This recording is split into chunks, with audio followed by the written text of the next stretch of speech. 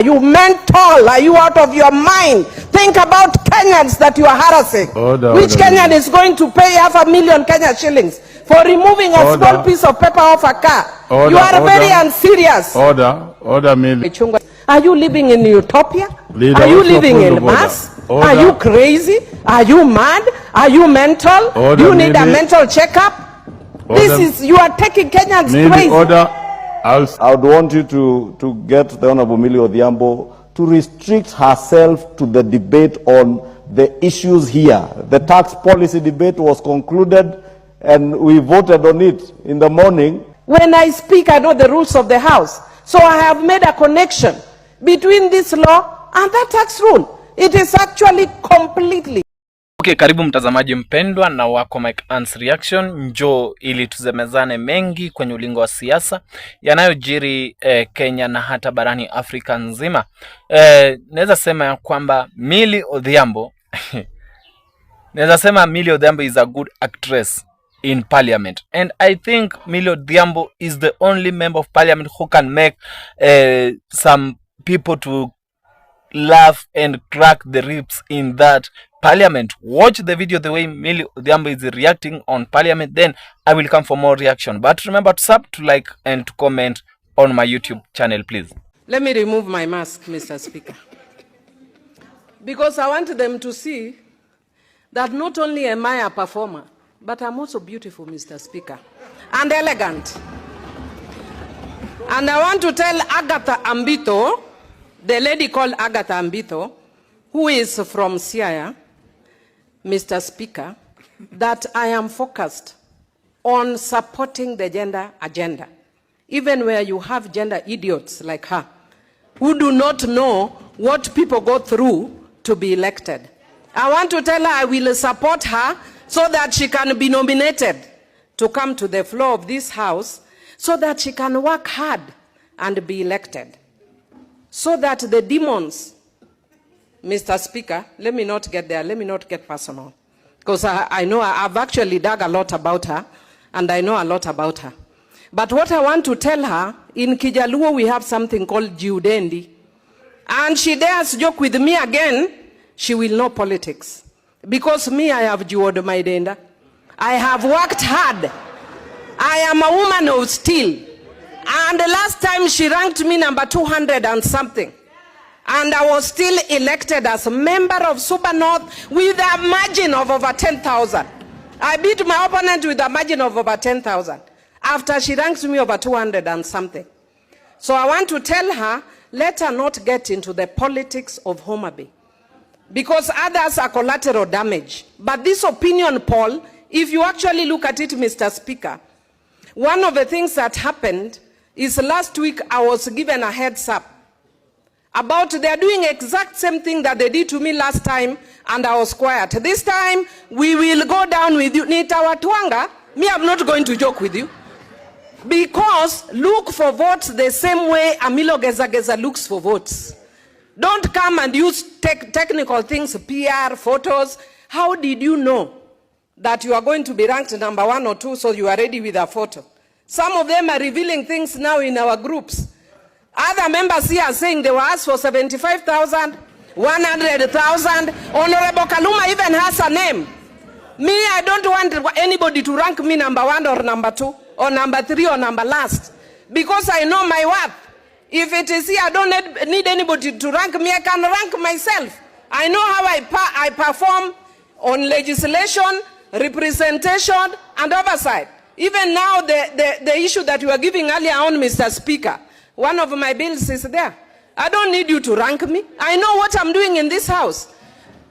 The first time she raised my name, I kept quiet. Mr. Speaker, now she's raising my name again. I will not let her go. Even the ones who are ranking me number 1, I do not want to be ranked. I know what my position is. Don't rank me. I don't need your rankings. And Mr. Speaker, I think we need to tell people like Infotrack, if we know that coronavirus has affected businesses, but she is not going to use us as commodities to make money, as members of parliament, commodities to make money. And when you actually, I'm told, I didn't listen, but I was told by those who listen in Ramogi, that when she was asked What criteria did she use? She called and said, one question. She said she asked one question. That out of 1 to 10, how do you rank your MP? What was her sample size? In Suba North, if you come and you ask 9,000 people, they will probably tell you they don't like me because that's what the vote of my opponent is. But you have not asked 20-something thousand who are the people who elected me. So, Mr. Speaker, I am sorry I'm calling her an idiot, but her actions actually are similar to the acts of an idiot. She's not been elected. Let her come here, let her fight, let her get her space. But if you actually look at even the ranking in Homa Bay, those of us who know Homa Bay politics, it is mirroring exactly the... Thank you, Mr. Speaker. And Mr. Speaker, if you're talking today, unless you're speaking with an American accent, you're not going to be allowed to speak here. And Mr. Speaker, I just want to say that on behalf of the people of Suba North and the Kenyans at large, I just want to congratulate Honorable Huldah for this win. Mr. Speaker, she is a Kenyan immigrant who has gone to the United States of America. And Mr. Speaker, unless you're able to speak the way I'm speaking today, you have no business going to the United States of America. Mr. Speaker, on a more serious note, Mr. Speaker, on a more serious note, I want to say that I'm very happy. Honorable Millie Mapona, the standing order provisions are clear. Yes. You start in a language, you continue in that language to the end. So can you continue? Mr. Speaker, I can actually finish in this language because as a graduate of New York University, Mr. Speaker, and I can actually tell you that one talent that the Lord God has given me is that I pick accents wherever I go. So if I go into Kisii, I will speak Kisii accent. And if I go into the United States of America, I will speak American accent. And Mr. Speaker, I can tell you just before I came here, I was listening to Huldah, and I think that's what has actually influenced the way I avoid overcrowded places like your boyfriend's hats. But Madam Speaker, you said you avoid men. We avoid men. Yes, which is mouth, eyes, and nose. Mouth, okay. Mouth, eyes, and nose. Avoid men. And overcrowded places like your boyfriend's hat.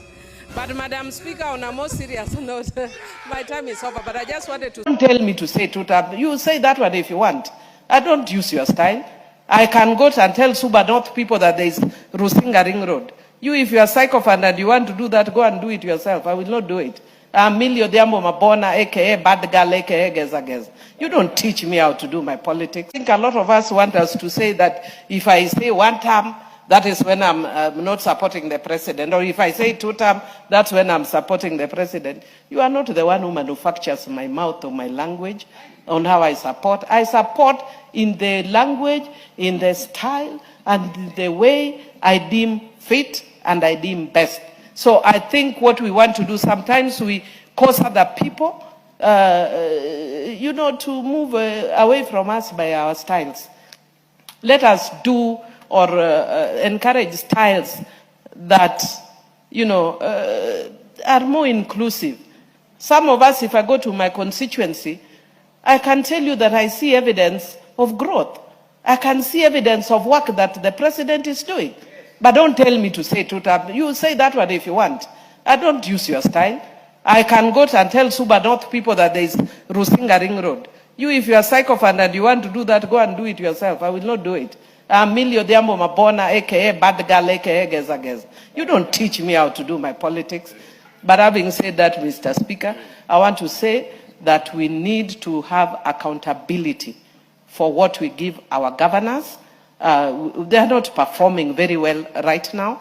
If it is a structural issue, then we need to know as a House, whether it is here or whether it is the Senate. We need to know where the problem is, because out of, I think, 47 governors, you could actually say the area that you are seeing change could be 5 or so. And what is the problem? I don't think this is, when I raise this issue, you will see people in Homa Bay telling me, you are jealous of Wanga. Wanga is not the governor of all the other counties that are having problems. Let us look at issues that are bedeviling this country from a very sober perspective. Why are other counties facing challenges? I don't want to mention them, but we are all privy to the challenges that our counties are facing. Mr. Speaker, probably yours is facing the same challenges. Every member here, if they are talking, they'll tell you they are facing serious challenges. Why? Why are there no drugs in hospitals? Why are there infrastructure gaps? And so, like the other day, I saw Kiambu, I think it's Kiambu, that had done very good infrastructure. And when I shared it on my Facebook, somebody told me the infrastructure is there, but there is no medicine in hospitals. More recently, I think today, I saw Orengo did 2 things which I shared, which are impressive. And when I shared it, people said, why can't you also share the ones? I'm not KTN, neither my citizen. I only share what comes to my page and which I think is impressive. So if you think there's yours which is impressive, share it with me, and if I feel sufficiently moved, I will share it. But otherwise, the issue is we need to let Kenyans know why our counties are facing challenges, why devolution, after so many years, is still facing problems, and why CDF, on the other hand, appears to be doing extremely well. Mr. Speaker, as a matter of fact, and I've said it here before, my thesis, my PhD thesis, is actually looking at a model of development for Africa, and I think CDF is that model. When we were doing, when we were coming up with the constitution, I remember Honorable Amin Abdallah told us that we need to look more at a devolved system which was economic, and we refused. We insisted on both economic and political devolution. Perhaps what we needed to have insisted on is a devolution which is economic but not necessarily political. Because now we are seeing the one that is economic is actually working. But why are we seeing the other one failing?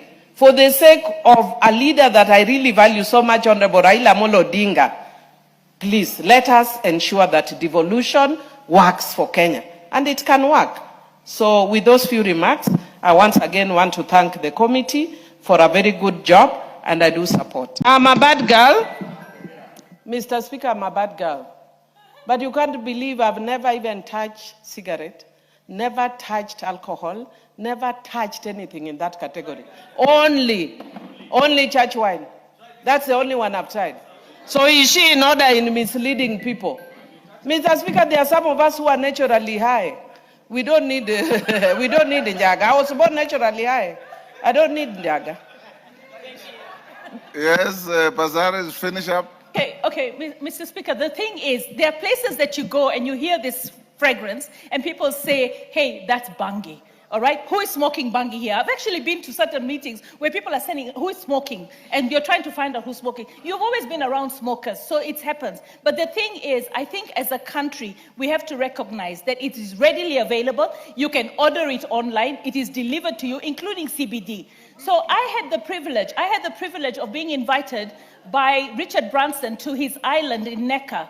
And the reason I was invited there is because he was hosting a number of members of parliament to try and advance and push medical cannabis, because he said we needed it. There was a patient in Canada.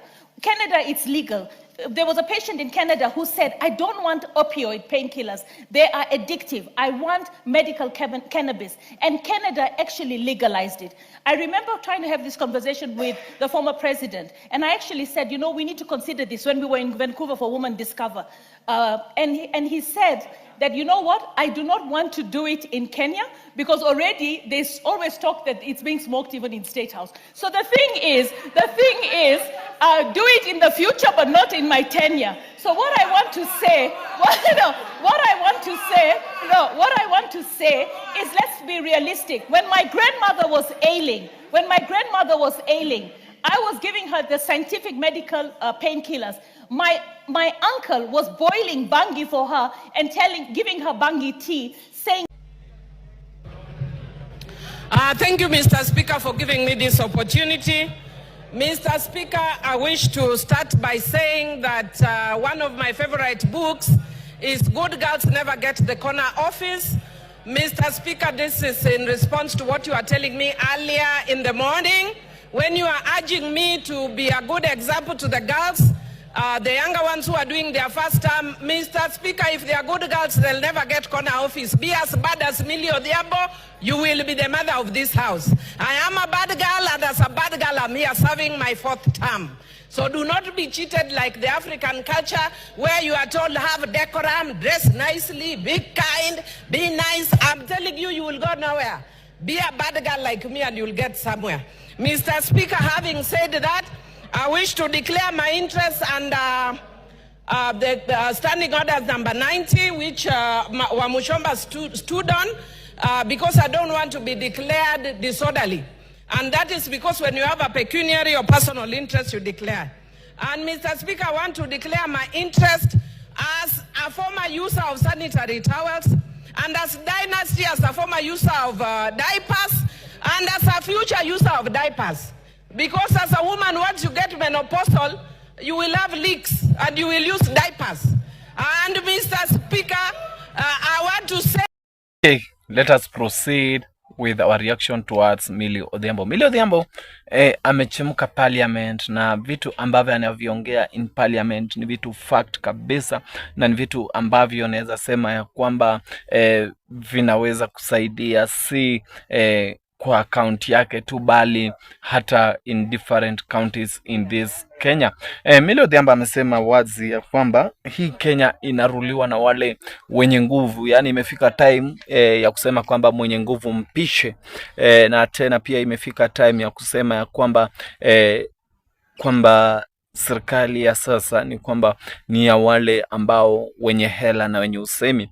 But Millie Odhiambo amesema tu wazi ya kwamba serikali iliyokuwa ya kitambo ni different na serikali ya saizi, kwa sababu tuona ya kwamba things zenye zina happen na vitu ambavyo vinatendeka kwa sasa ni vitu tofauti na vilivyokuwa vikitendeka each and every time, na ni vitu ambavyo hadi akaenda kusema kwamba hili swala la Edwin Sifuna naye ni vitu ambavyo vimekuwa ni vita vya kisiasa, na vita ambavyo vinakuwa supported hata na serikali, na akawa anamwambia wale kwamba yeye haizi sema kwamba yupo in 1 term or 2 term.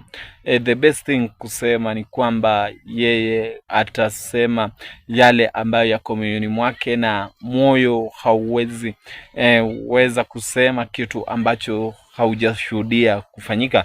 But mimi naweza sema ya kwamba Kenya we need leaders as a Millie Odhiambo, because Millie Odhiambo ni leader ambaye ni mkakamavu, leader ambaye kwa hakika ukiangalia things ambazo anazifanya utarealize ya kwamba ni leader yule ambaye tunamhitaji each and every time, because Kenya imekosa kupata leader kama Millie Odhiambo, na Kenya pia imekosa mtu ambaye anaweza kuwa mkakamavu na kupeleka wanaume mbio jinsi anapeleka wengine in that parliament.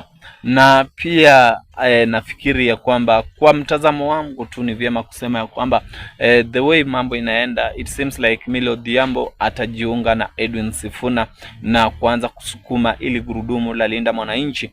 But Linda ground kwa hakika na Millie Odhiambo naweza sema ya kwamba vitakuwa vigumu, kwa sababu Millie Odhiambo ana fight each and every time kuhakikisha ya kwamba serikali ambayo imeingia 2027 ni serikali ambayo itapendwa na watu, na ni serikali ambayo itakuwa inasikiza yule mwananchi, bali si kutenda jinsi serikali inataka. Na Millie Odhiambo amesema kwamba is a high time kushughulisha na yale mambo ambayo wananchi wanataka, bali sio yale ambayo hao wanataka, kwa sababu wanafanya kile ambacho wanakitaka, lakini hawatendei wananchi kile wananchi wanataka. And ukiangalia statement yake ameweza kuwa different in that parliament, because for now people are doing things because of money. For now people are doing things because of what about 2027.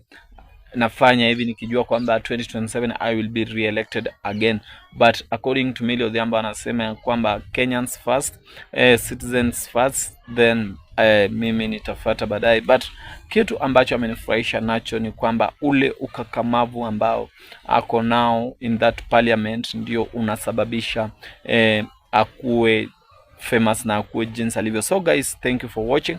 You asked MIKEANN'S reaction. God bless you so much. I salute you, Millie Odhiambo.